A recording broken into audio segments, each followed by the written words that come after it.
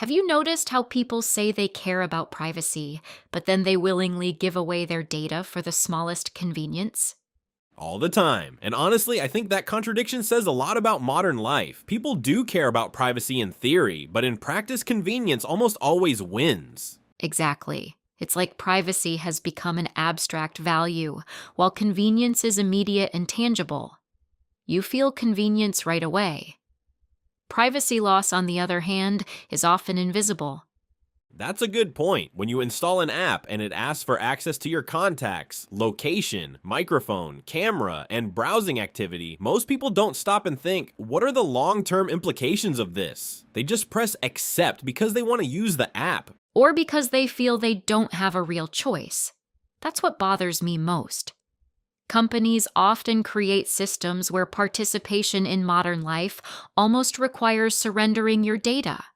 Want food delivered quickly? Share your location. Want personalized recommendations? Let the platform analyze your behavior. Want a smarter assistant? Let it listen, track, and learn. True, but to be fair, some of those services really do improve people's lives. Think about navigation apps. They track your location, yes, but in return, they help you avoid traffic, save time, and even find safer routes. In that case, the trade-off feels reasonable. Manipulate your choices? That sounds a bit dramatic. Does it?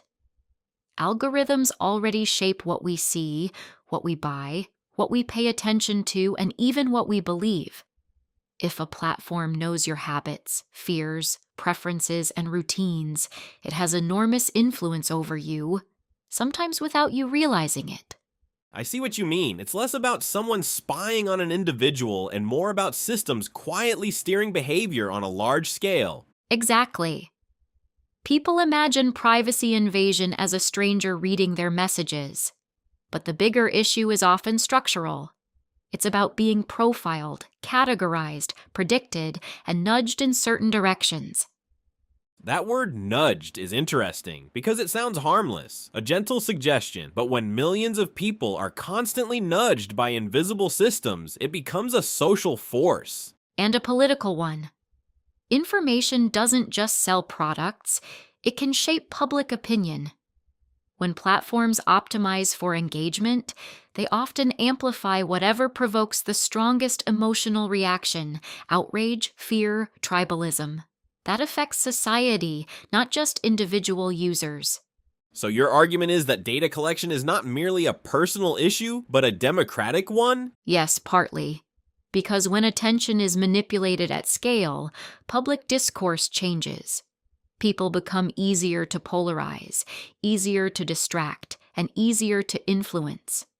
Privacy is connected to autonomy, and autonomy is essential for a healthy society. That's persuasive. Still, I think some people romanticize the past. The world has always involved trade-offs. In earlier times, people gave up privacy in different ways. Small communities knew everyone's business. Employers monitored workers. Governments kept records. Surveillance isn't new. No, but the scale and sophistication are new. That's what makes today different. A village gossip knows a few embarrassing details. A data-driven corporation can infer your income, mental state, sleep habits, consumer profile, and political leanings all at once, all automatically, and all continuously. When you put it like that, it does sound unsettling. Because it is unsettling. The issue is not only what companies know, but what they can do with that knowledge. Data can be used to sort people into categories: high-value customer, risky borrower, likely quitter, impulsive spender, persuadable voter. And once you've been categorized, you may be treated differently without even knowing why.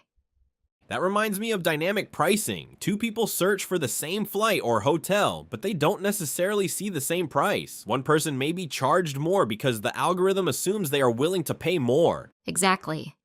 People think algorithms are neutral, but they often reproduce bias or create new forms of unfairness. And because the systems are complex, accountability becomes blurry. Who is responsible? The company, the programmers, the model, the market. probably all of them in different ways, but let me challenge you on something. Isn't the real issue not technology itself, but lack of regulation? Technology can be used responsibly. The problem is when laws fail to keep pace with innovation. I agree to some extent. Regulation matters a lot, but I don't think legislation alone will solve everything. We also have a cultural problem. People have become accustomed to the idea that constant monitoring is normal. Convenience has trained us to tolerate intrusion. That's true. People joke about their phones listening to them as if it's amusing rather than alarming. Yes, and jokes can hide resignation. Many people feel the problem is too big to resist, so they normalize it instead. They tell themselves, "I have nothing to hide," which completely misses the point. I've always found that phrase weak. Privacy is not about hiding wrongdoing. It's about preserving dignity, freedom, and mental space. Everyone closes the bathroom door, but that doesn't mean they're committing crimes. Exactly. Privacy allows people to think, experiment, change their minds, and make mistakes without being permanently recorded and evaluated. Without privacy, self-development becomes harder because every action feels potentially exposed. That's especially relevant for young people. Teenagers grow up online now, leaving behind massive digital footprints before they fully understand the consequences. A bad joke, an impulsive post, an immature opinion, those things can follow them for years. And that creates a more cautious, performative culture. People start curating themselves all the time because they know they're being watched by peers, employers, institutions, and algorithms. So the cost of convenience is not only data extraction, but psychological pressure. Yes. Constant visibility changes behavior. It encourages self-censorship and performance instead of reflection. That may be one of the hidden costs we discuss the least. Still, I don't think most people are going to abandon digital tools. The benefits are too significant. So what's the realistic solution? Because just stop using technology isn't practical. I'm not advocating that. I think the solution has to be layered. First, stronger protections, clearer consent, stricter limits on data collection, harsher penalties for misuse. Second, better design. Privacy should be the default, not a complicated option buried in settings. Third, education. People need to understand what they're giving away and why it matters. That makes sense. I'd add transparency too. Companies should explain their systems in plain language, rather than hiding behind vague legal jargon that nobody reads. Absolutely. Most privacy policies are technically public, but practically unreadable. That's not meaningful consent. Consent is only real when it is informed, understandable, and freely given. And right now, it often isn't. It's more like exhaustion. People click agree because they're overwhelmed. Exactly. The system relies on fatigue. It's designed so that the fastest path is surrender. That's a memorable phrase. The fastest path is surrender. Because that's often how it feels. But despite all this, I'm not entirely pessimistic. Public awareness has grown. People are asking more questions. Some governments are acting. Some companies are being pressured to improve. So you think we're at a turning point? Potentially. But turning points don't guarantee progress. They just create the possibility of change. The outcome depends on whether users, lawmakers, educators, and developers decide that convenience should have limits. That's probably the key question, isn't it? Not whether convenience is good or bad, but whether we are willing to define its boundaries. Yes, because convenience itself is not the enemy. The problem begins when convenience becomes an unquestioned justification for surveillance.